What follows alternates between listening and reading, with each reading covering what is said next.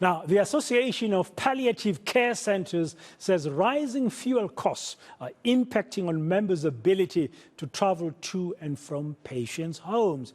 Palliative services are provided in patients' homes by home-based care teams. They provide holistic support to people diagnosed with life-threatening diseases and their families. Well, for more on this, let's speak to the APCC Advocacy and Operations Manager, Leigh Meinert, who's joining us now live this hour on Today. Leigh, good afternoon. Welcome to Today, and thank you very much for your time. You are all about hospices. Hi, Leigh. Yes, hi. We represent over 90 palliative care centres and hospices in every province in the country. Okay. So what actually do you do as the association?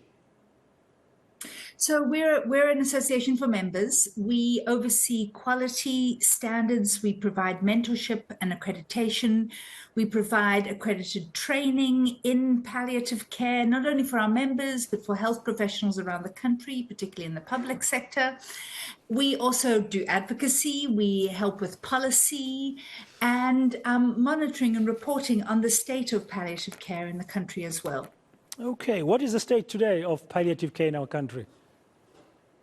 Goodness, you know, it's challenging. Let's put it that way. Okay. We have COVID impacted so many NGOs and hospices operate as NGOs. COVID impacted us very harshly, and we saw many of our members close their doors permanently. But we've also seen governments struggling with rolling budget cuts. And yes, although we've had a national policy for palliative care since 2017, no budget has been allocated to that. So it's still NGOs predominantly, like ourselves, that are providing palliative care, which is actually a human right that everyone should have access to. Yeah, and that is why tomorrow, as the 14th of October, which is World Hospice or Palliative Care Day, you're going to be focusing on raising funds to assist the hospices around the country who've been impacted largely negatively by the recent fuel price rise, for example, among other challenges that they're facing. Indeed, indeed. So there are many misconceptions about palliative care. One is that a hospice is a place you go to and you go there to die. But in fact, palliative care is something that should be provided from the point of diagnosis. And in fact, over 90% of the care that our members provide is provided in the comfort of patients' homes. Hospices aren't buildings. There are care workers going out to support families to care for their loved one in their homes. But to continue to do that, we need to be able to put fuel in their tanks. And that's why we're running this campaign. Yeah, and I mean, what's the impact of them not affording fuel? What is the impact of that? The impact is huge, that people are suffering unnecessarily. We can help with pain management. We can help with symptom management. We can help with so many things. But if we can't get to the patients' homes and support the families, it's not only the patient, but their families who are suffering with great trauma, really, to be honest. So if you don't have the money, our care workers, if you don't have the money to put in the fuel, you can't drive around. Yeah. Exactly, and sometimes our staff then have to walk through very dangerous locations to get to patients, but they're so committed that they do, right? Yeah, so how can South Africans support your initiative, especially tomorrow, in particular for raising funds to assist your hospice services to manage with their fuel costs, but also in general, because you do need funding from what you've said earlier, government saying it's facing budgetary constraints? Indeed. And we just, you know, something like palliative care, something that all of us are going to need at some point in our lives. So it's in everyone's interest to ensure that these institutions continue to sustain themselves. And for that reason, our campaign is called Fueling Palliative Care. And it can be found at BackaBuddy, the website BackaBuddy, backabuddy.co.za. And if you just search for APCC, you'll find our campaign, Fueling Palliative Care. So go to BackaBuddy and search for APCC.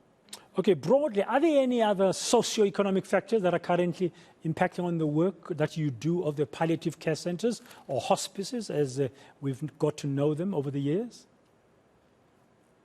So I think we've outlined quite a few. Just rising rising costs on so many levels are hitting all of us hard, individuals, NGOs, and organizations.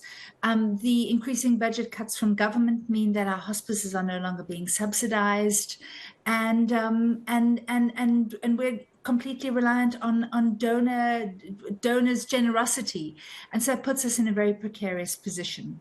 That said, we never turn anybody who needs palliative care away. So whether you can afford it or not, our members are always there to support, and we would never turn anybody away. But we need help keeping the doors open. Yeah, and how do people support you? They can do that via your website, and in terms they want to sponsor you, they can get in touch with you. Absolutely. We have a donate button on our webpage, and you can read all about us at apcc.org.za. Yeah, you mentioned something earlier before we finish, Leigh. You mentioned something that hospices are not places where people go to die. So I just wanted to know, what's the difference, before we end it, between palliative care and that end-of-life care kind of scenario? So that's a fantastic question. And I always say that end-of-life care is palliative care, but palliative care is not end-of-life care. So palliative care is physical, psychological, spiritual care that is provided to anybody with a terminal illness and should be provided from the point of diagnosis. So it's not giving up. In fact, it's a very hopeful act, and it's focused on helping the person with the terminal illness or the life-threatening illness, as well as their families, get quality of life. So it's not just at the end when all hope is given up, or now you've got 2 or 3 days. Ideally, you should be getting this kind of holistic care at the point of getting that diagnosis. And we can support all the way through the journey. And then in the end, if indeed someone is going to die and is close, we can also support there. But palliative care is much broader. And I always say it's never too early to call a hospice for that reason. Thank you very much for your time this afternoon, Leigh Meinert. We wish you well for tomorrow, which is the 14th of October, being World Hospice Palliative Care Day. She's, of course, from the APCC, that's the Association of Palliative Care Centers in our country.